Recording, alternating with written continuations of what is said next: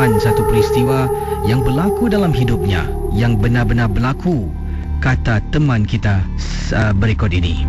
Ini nama yang digunakan dalam kiriman email ini hanya sebagai Encik Sa'dan saja. Kata Encik Sa'dan, Casey, saya ni seorang pegawai bertugas sebagai seorang pengawal keselamatan. Dan perkara ini adalah pengalaman tahun 2005 yang tak dapat saya lupakan. Memandangkan kisah misteri saya dah lama, saya tidak begitu ingat tentang jalan ceritanya yang khusus, tetapi masih lagi saya tahu sebenarnya apa yang berlaku. Pada hari yang disebutkan, ya, katanya kata Encik Sa'dan, pada hari yang disebutkan saya bertugas, saya terpaksa datang lambat kerana ada perkara-perkara yang harus saya lakukan.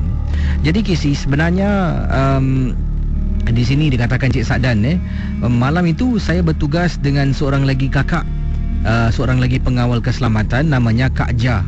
Kak Ja dan saya bertugas shift malam.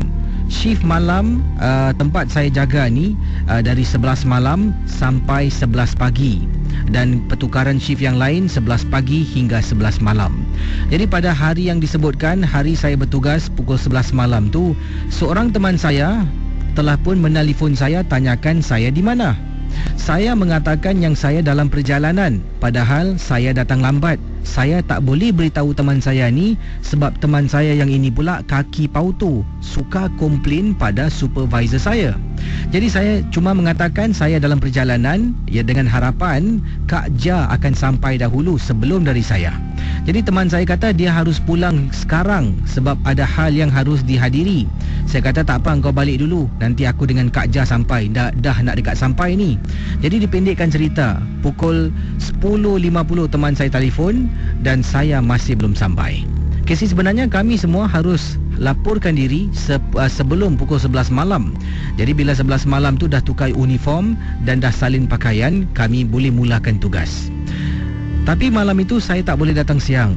Sebab apa? Isteri saya ajak keluar pergi makan. Jadi saya terperangkap kesesakan dari Johor nak masuk ke Singapura dan akan datang lambat sedikit. Saya tak beritahu teman saya yang seperti yang saya katakan, dia akan beritahu supervisor dan pasti saya akan dimarahi, kadang-kala gaji kena potong.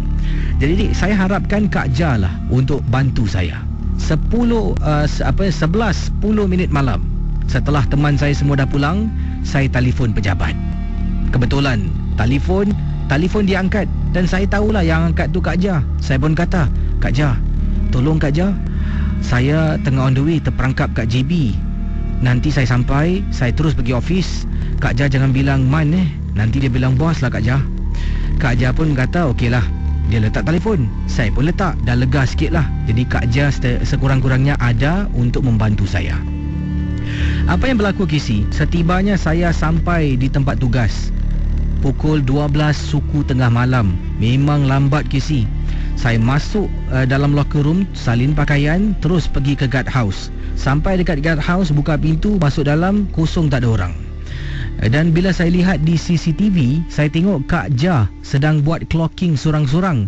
Rasanya macam sedih pula, macam saya ni bully Kak Ja yang sedang bertugas pada malam yang dimaksudkan. Jadi Casey, apa yang berlaku, teman saya dah pulang. Jadi saya pun tak apalah, Kak Ja dah pergi buat rounding, saya kena duduk jaga front gate. Sedang saya duduk, ya, Kak Ja sedang jalan. Saya tengok di CCTV, sampai dekat satu sudut ni Kak Ja hilang. Dia mungkin tak nampak lah sebab belakang tu memang tak ada CCTV, hanya dipasang bahagian luar bangunan dan di dalam bangunan. Belakang bangunan memang tak ada. Saya pun ambil newspaper yang ada di atas meja. Bila saya tarik surat khabar tu Casey, ada kertas terjatuh. Saya angkat kertas tu, terperanjat Casey apabila saya terbaca. Dan aku balik dulu sebab tak boleh tunggu. Tadi suami Kak Ja telefon. Kak Ja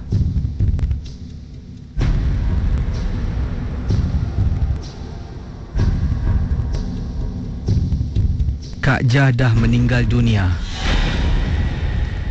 Casey, bila saya baca surat tu, kaki saya ni sedang diletak atas meja. Dua-dua kaki saya, badan menyandar dekat kerusi sampai saya jatuh terbalik, Kisi. Dia kata Kak Jah, dia dapat panggilan dari suami Kak Jah yang Kak Jah dah meninggal dunia awal tadi. Tak beritahu apa sebabnya.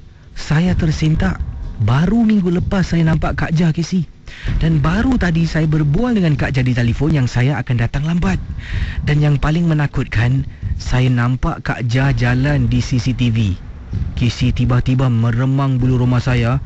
Bila saya jatuh, saya terus bangun, pergi dekat pintu, terus saya kunci pintu guard house. Saya tak nak benda tu masuk ke dalam.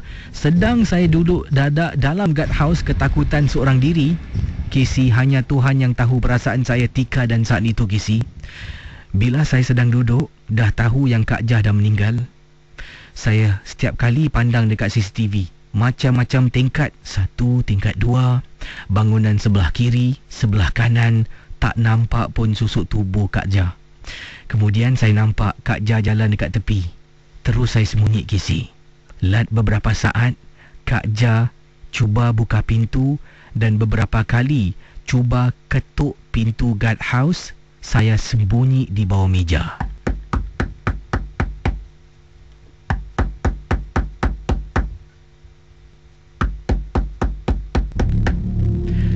Kisi, bila dengar ketukan itu, saya tahu yang ketuk pintu bukan Kak Jah lagi. Memegang tangan tu, dengan surat saya menggigil, Kisi. Saya ambil telefon teman saya namanya Man.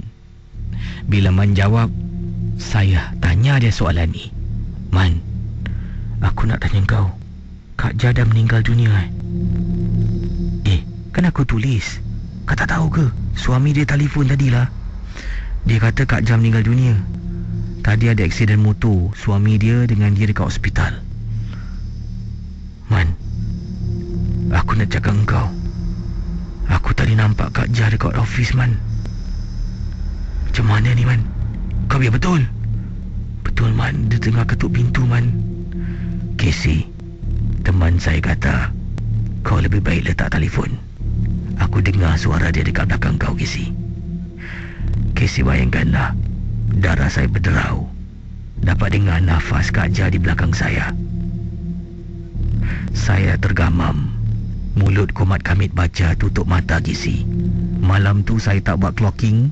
Saya tak keluar langsung dari guard house. Itulah peristiwa. Kata Encik Sadan, pengalaman yang tak dapat dilupakan.